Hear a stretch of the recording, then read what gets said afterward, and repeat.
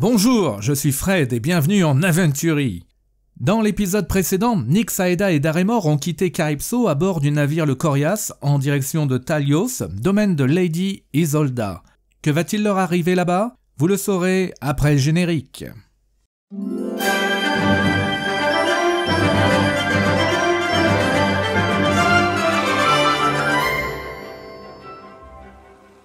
Au sud de Calypso, alors que l'Émerillon prend le large, 3 femmes émergent des courants mouvants et rejoignent la côte non loin d'un camp de réfugiés. Richel, Dune et Daralis, les 3 insurgés qui avaient fomenté naguère une mutinerie, ont de nouveau réussi à fuir le navire. Daralis, la magicienne du groupe, reprend sa respiration. Sa détermination est totale. Retrouver Darémor et se venger de sa trahison. Alors qu'il avait promis un jugement équitable, ses amis et elle allaient connaître l'un des pires châtiments réservés aux marins. Il paiera pour cela. Pendant ce temps, à 200 km de là. Talios est un port moitié moins grand que Calypso. Autrefois, les deux faisaient partie de la même ville, protégée par un long rempart en partie détruit depuis. Entre les deux villes actuelles se trouvent des ruines, paraît-il, hantées. Alors que l'on commence à débarquer les marchandises, Darémor est conduit hors du Corias. Ce voyage maritime en partie passé à fond de cale l'a diminué. Malade, il lui faut du repos. Aeda et Nyx font mine de porter quelques caisses avant de le rejoindre, n'ayant aucune envie de rester près du navire avec lequel elles n'ont plus rien à faire.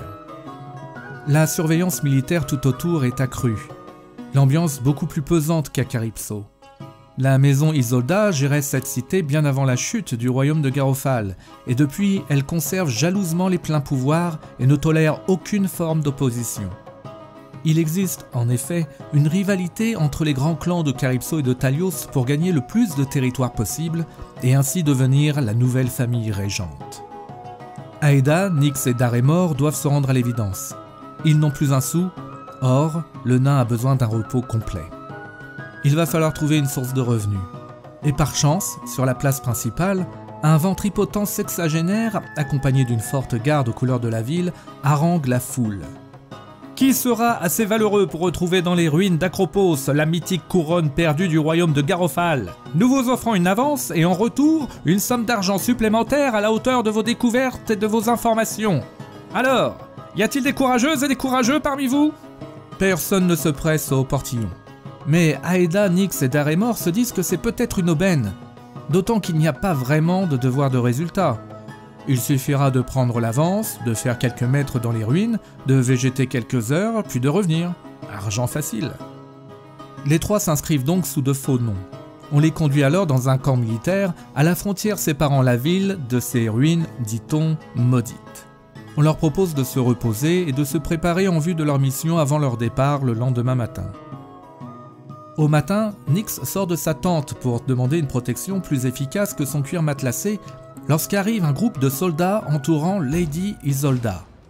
L'apprentie sorcière réussit à se dissimuler in extremis. Malheureusement, Aeda, qui la suit de quelques mètres, n'en a pas le temps.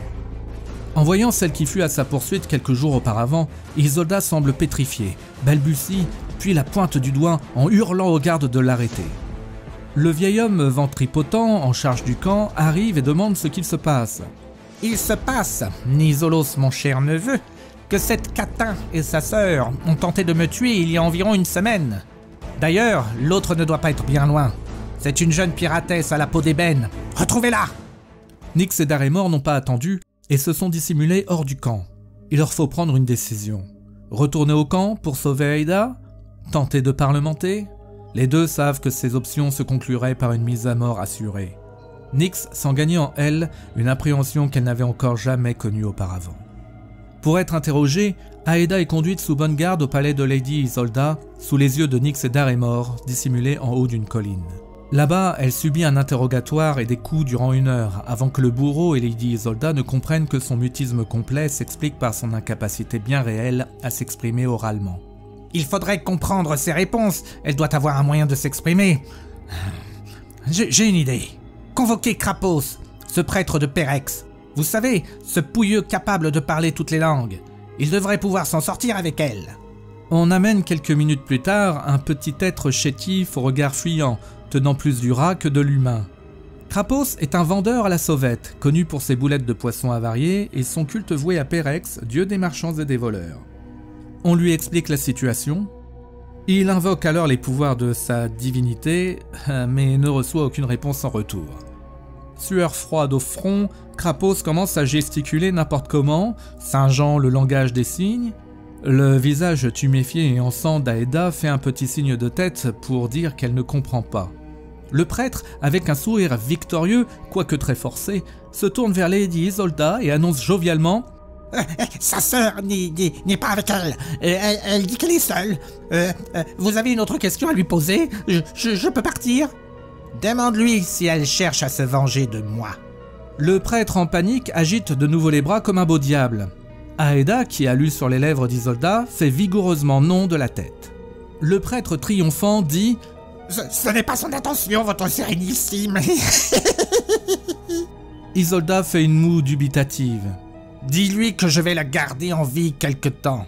Peut-être que cela poussera sa sœur à se montrer au grand jour. » Puis, se tournant vers son bourreau, « Amuse-toi avec elle, mais ne me la tue pas. » Isolda et Krapos sortent de la cellule, tandis que le tortionnaire s'approche lentement de la jeune piratesse. Et c'est la fin de cet épisode. N'hésitez pas à vous abonner, partager, liker, et à très bientôt.